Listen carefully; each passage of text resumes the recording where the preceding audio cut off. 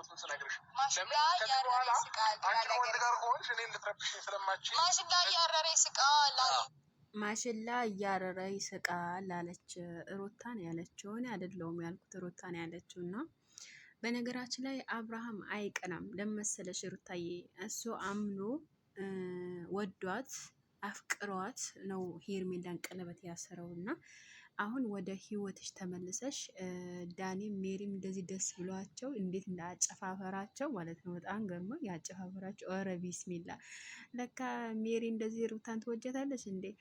እና አብርሃም ይቀናል ብላችሁ እቀናለው መሰላችሁ ወይ ምናምን እያለ ነበር። ተቀናለህ ወደህም ሳይሆን በግድህ፣ ምክንያቱም የልጅህ እናት ናትና ማለት ነው።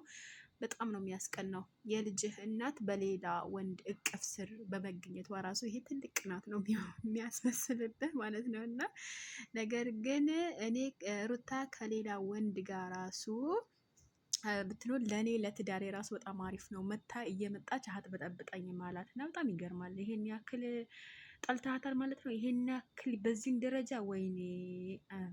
እውነት በነገራችን ላይ እኔ በትዳር ላይ ማለት ነው ወላሂ ነው የምላቸው፣ አላህ ሻሂዴ ነው። እንደዚህ ትዳር የሚመጠብጥልኝ ሀብት ካፍንጫ ይውጣ። ትዳር የሚመጠብጥ ብር ካፍንጫ ይውጣ።